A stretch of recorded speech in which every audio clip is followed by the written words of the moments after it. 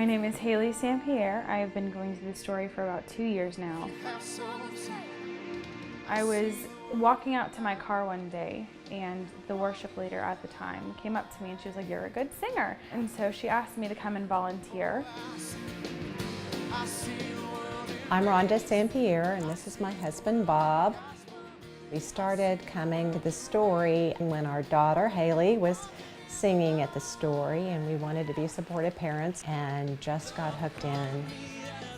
My parents are everything to me. They have seen me grow into this person that I am today, and I wouldn't be where I am without them.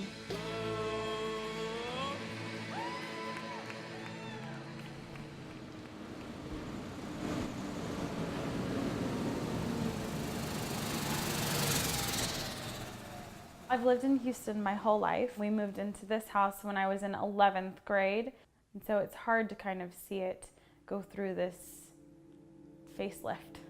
We're live here in Houston, where Harvey's rains keep coming. The waters keep rising, and according to the National Weather Service, the city is now facing an unprecedented flood event.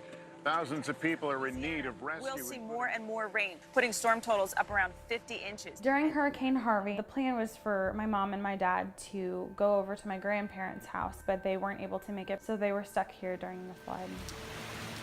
We weren't able to get out. The bio rose too fast. We got our things together and put them in a plastic bag and just set out on the patio thinking boats were coming. And that was about 9 o'clock in the morning.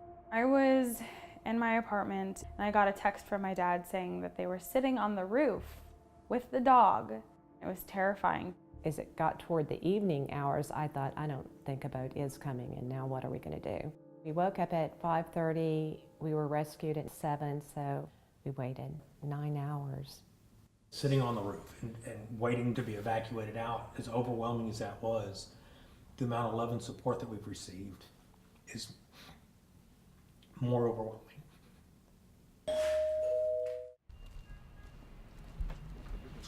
Well, hello. We just came to check on things. Aww, I love you guys. I'm so grateful for you. Oh. Coming back to the house after the flood, it was very kind of emotional to see all of my parents' things, all of the memories destroyed.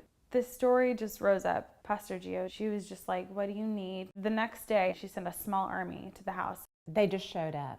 People bought boxes, people brought tape, and people came with their whole families. And by the end of the next day, everything was done. The walls were out, we were down to the studs, and every one of my earthly possessions was packed up in a box. I believe that through the store, we probably had almost 60 people come through in 2 days.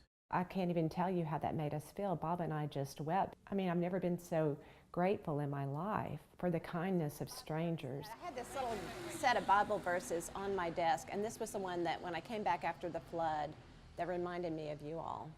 I would have despaired unless I had believed that I would see the goodness of the Lord in the land of the living. Wait for the Lord. Be strong and let your heart take courage. Yes, wait for the Lord. The historic community is unending. I'm to the point now where if somebody offers to help, let them help, because it's as much a blessing to you to receive it as it is to them to be able to do it.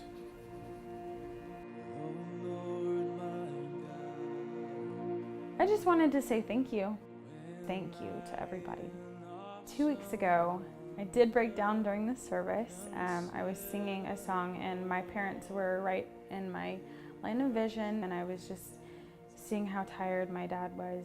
It was very hard to see, and I think that the worry just caught up with me and I couldn't hold it in anymore. The strength that my parents have demonstrated kind of shows me how strong that I can be and I should be. They've gone through so much and they're still working their jobs, they're still walking the dog, you know, taking care of everything that they need to take care of, as well as having this giant burden on their hearts. It seems ironic that you say, I was blessed by the storm.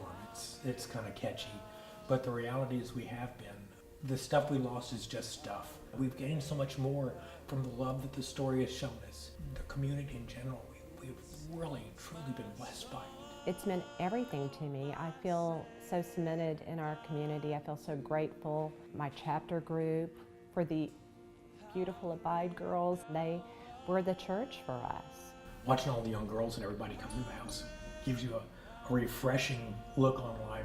You know, I've been kind of cynical. I've been a police officer for 34 years, and a lot of the times you're not dealing with the best people in the world. What's humanity going to come to? And when you see the love that these young people are showing, we have a future.